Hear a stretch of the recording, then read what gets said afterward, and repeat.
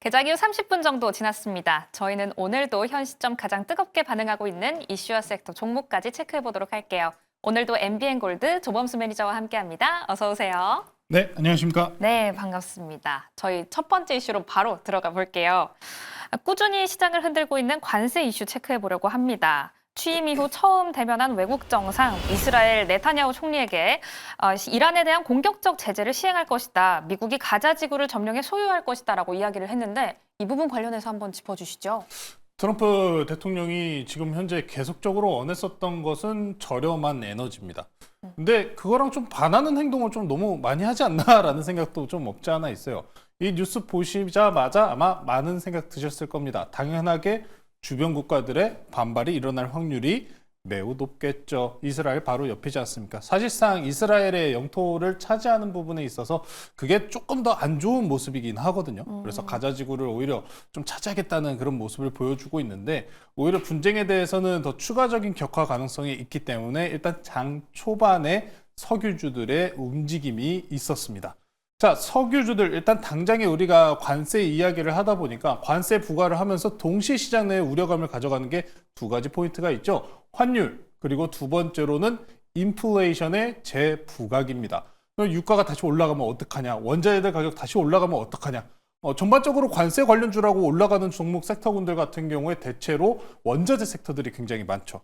전일장 같은 경우에도 중국에서 대미 관세에 대해서 원유, LNG, 그리고 여러 가지가 나왔잖아요. 농기계.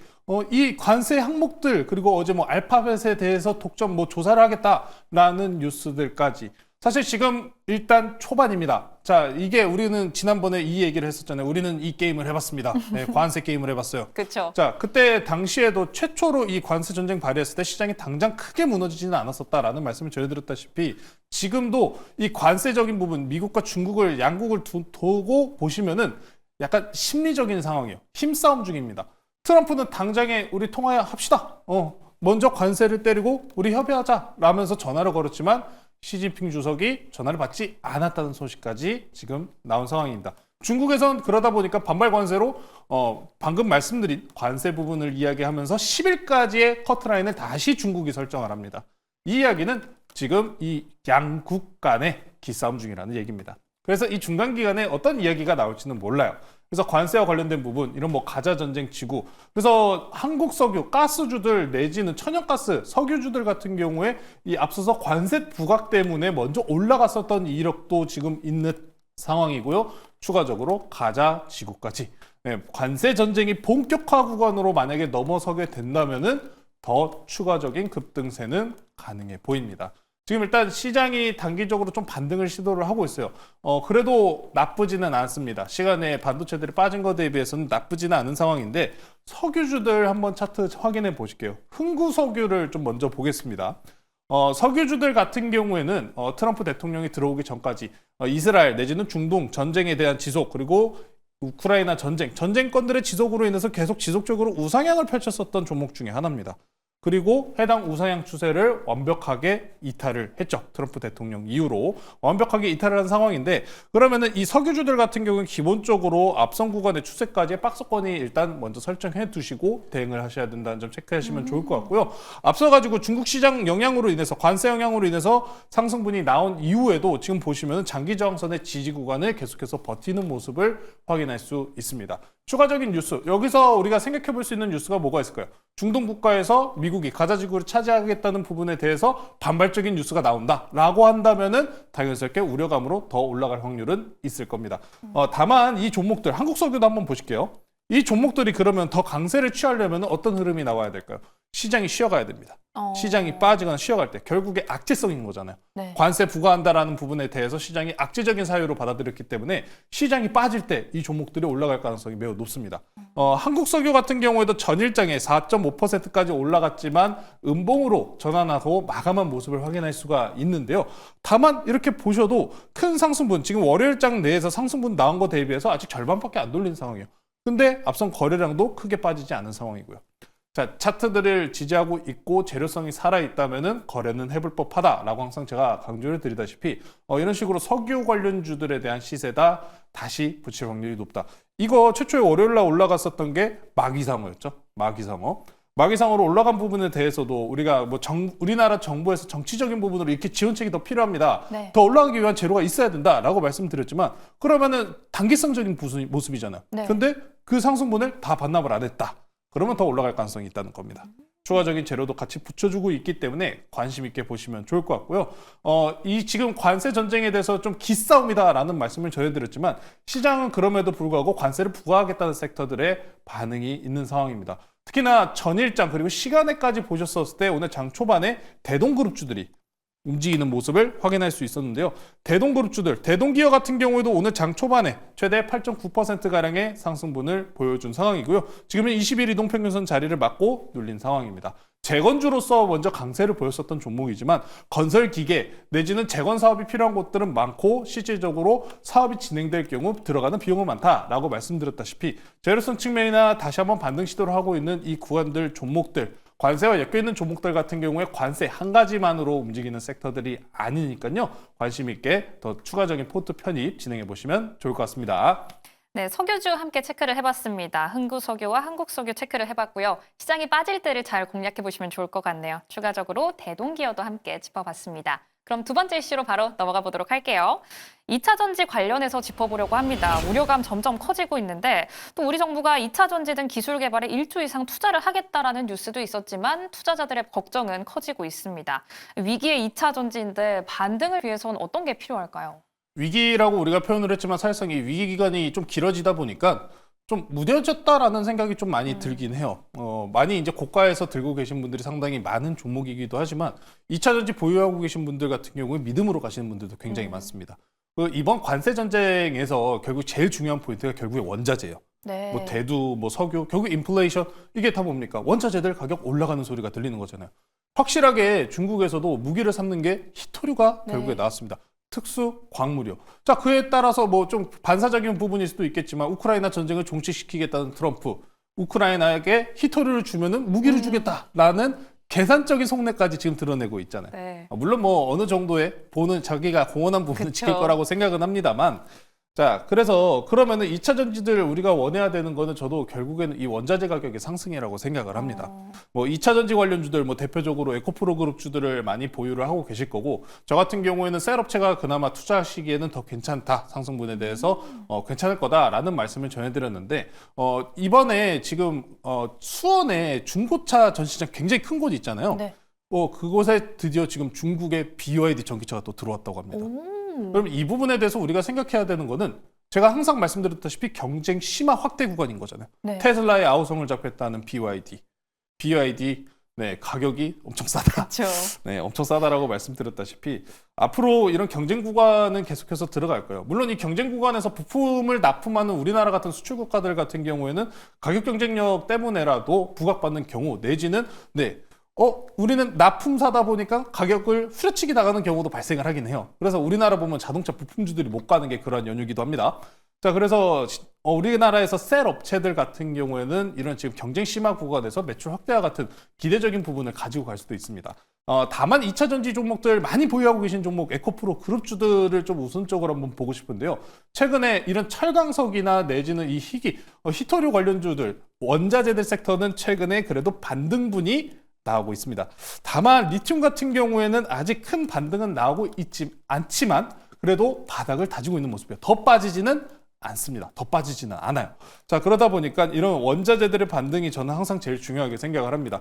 2차 전지주들, 에코프로 그룹주들 이 종목들이 강세를 펼쳤었던 구간은 바로 원자재들이 강했었던 구간이기 때문에 이 원자재들이 다시 좀 올라와야 된다. 정부책 내에서도 지원책도 계속해서 조단위에 대한 지원책도 나오고 있지만 이 정부 지원책을 일단 우리 지금 이야기하고 있는 정부적인 안 좋은 모습들이 다 끝나야 된다는 점 이건 꼭 참고를 해보시면 좋을 것 같고요. 에코프로 그룹주들 차트 한번 보시겠습니다. 네. 에코프로 BM 한번 볼게요.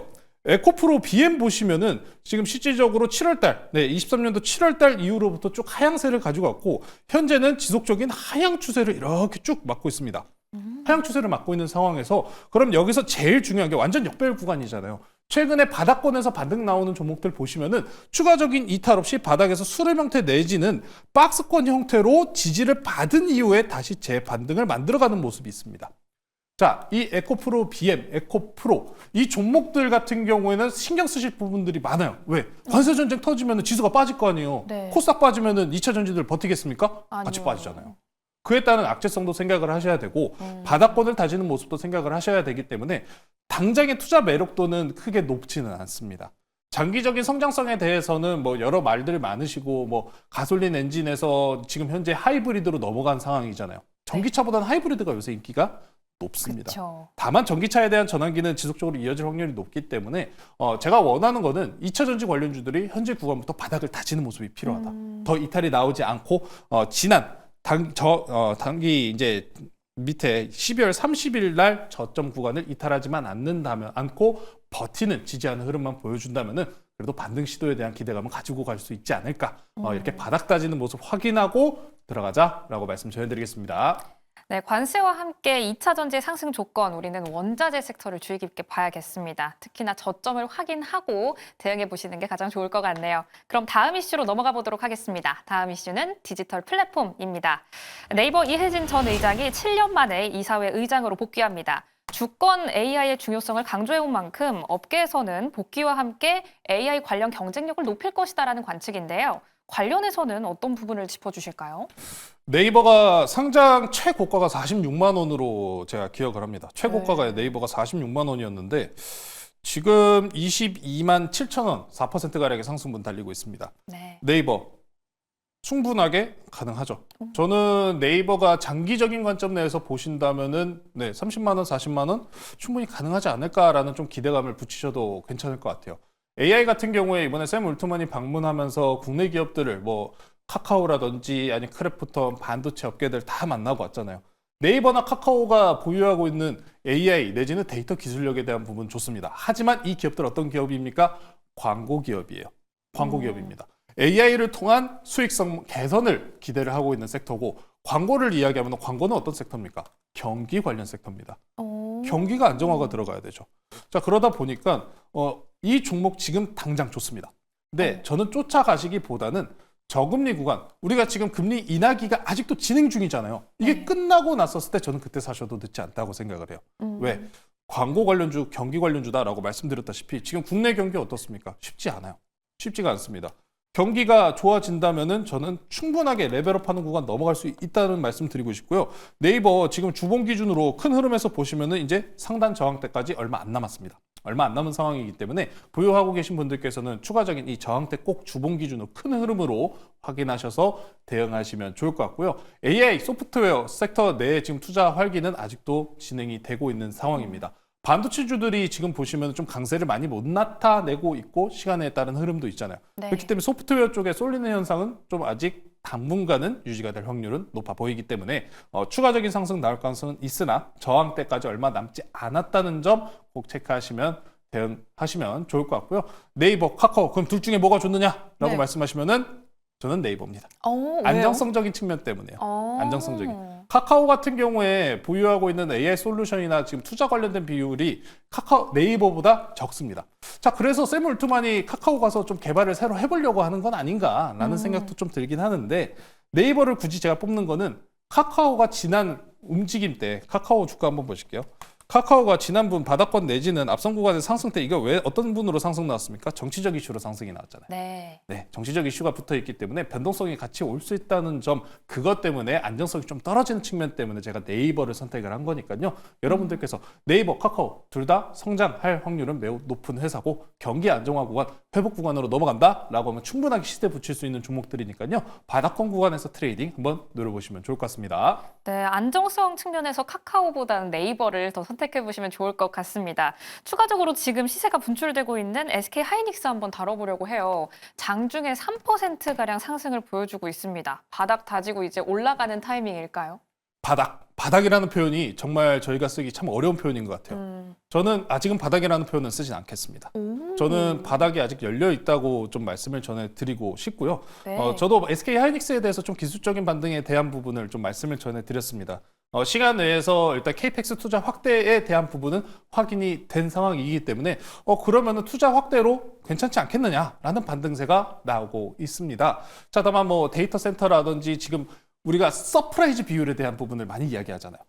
어느 정도 예상치만큼 나왔다. 네. 서프라이즈 비율은 줄어들고 있다라는 점을 생각해 보신다면은 당장 엔비디아가 최근에 주봉 기준으로 음봉 마감한 적이 거의 없었어요. 강하게 밀렸던 적이. 그러면은 추세가 끝날 가능성도 있다라는 점을 충분히 생각을 해둬야 되는 상황이기 때문에 SK 하이닉스 일단은 반등, 기술적인 반등이 20만 원 내지는 21만 원 사이까지 열려 있는 상황입니다.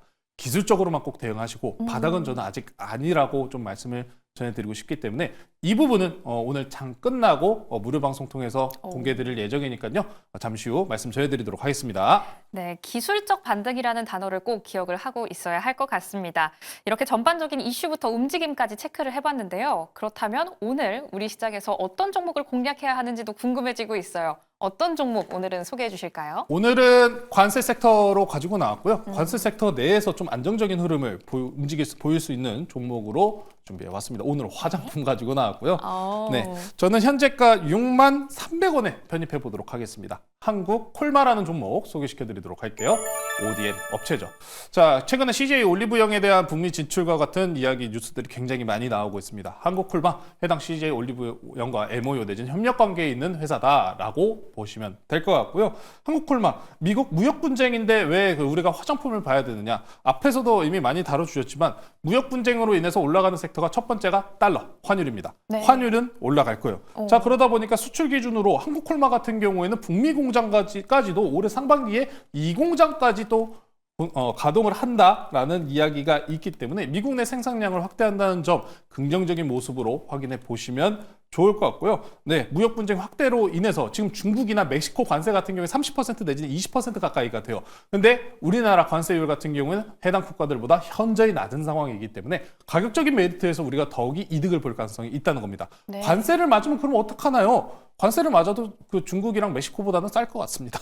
네. 네. 지금 이미 워낙에 중국이랑 멕시코 관세 부과에 대한 부분이 너무 강한 상황이기 때문에 물론 멕시코는 유예가 나왔지만 중국향만 보셔도 반사수혜가 받을 가능성은 충분히 높다는 거죠. 우리나라 기업들 같은 경우에 가장 중요한 게 지금부터 뭡니까? 미국 내에서 공장을 보유하고 있는가? 미국 내에서 생산량 내지는 수출량이 얼마만큼 되는가가 가장 중요한 구간이기 때문에 한국 콜마, ODM 시장, 우리 이미 K-뷰티는 미국, 북미, 해외에 이미 많이 퍼져 있는 상황에서 생산량 늘어나는 곳이 어디여야 될까요? 미국이어야 된다는 점. 한국콜마는 ODM 회사로서 북미 공장, 이 공장까지 올해 상반기에 준공한다는 점을 생각해 보시면은 현재 변동성 높은 시장에서 안정적인 투자처가 될 가능성 높다는 점 확인해 보시면 좋을 것 같습니다. 자, 한국콜마 차트 보고 넘어가실게요. 네. 자, 한국콜마 지금 최근에 바닥권 12월 말일, 12월 초입 구간 내에서 계속 지속적인 우상향 구간을 지금 취하고 있는데 최근에 5일선, 21선 트레이딩 항상 말씀 부각드리는 부분이죠. 오늘 장중 같은 경우에도 5일선 자리 지지받으면서 아래꼬리 달리면서 반등하는 모습이 보여지고 있습니다. 당장 이 추세를 깨지 않는다면 지속적인 투자 충분하게 가능한 섹터니까요. 저는 해당 종목 목표가를 지난 매물대 구간인 7만 원으로 매수 목표가 말씀 전해드리고요. 손절가는 5만 5천 원으로 제시해드리도록 하겠습니다. 네, 관세 관련해서 화장품주 주목해 보셔도 좋을 것 같습니다. 그 안에서 한국콜마 목표가는 7만 원, 손절가는 5만 5천 원 제시해 주셨으니까요. 대응에 꼭 참고해 보시기 바랍니다. 이렇게 해서 오늘 장에서 가장 뜨거운 이슈와 섹터 종목까지 체크를 해봤습니다. 불확실성에 하루하루 정말 달라지는 우리 시장, 남은 대응도 매일경제TV와 함께 성공 투자하시길 바랄게요. 오늘도 시청해 주신 여러분 고맙습니다.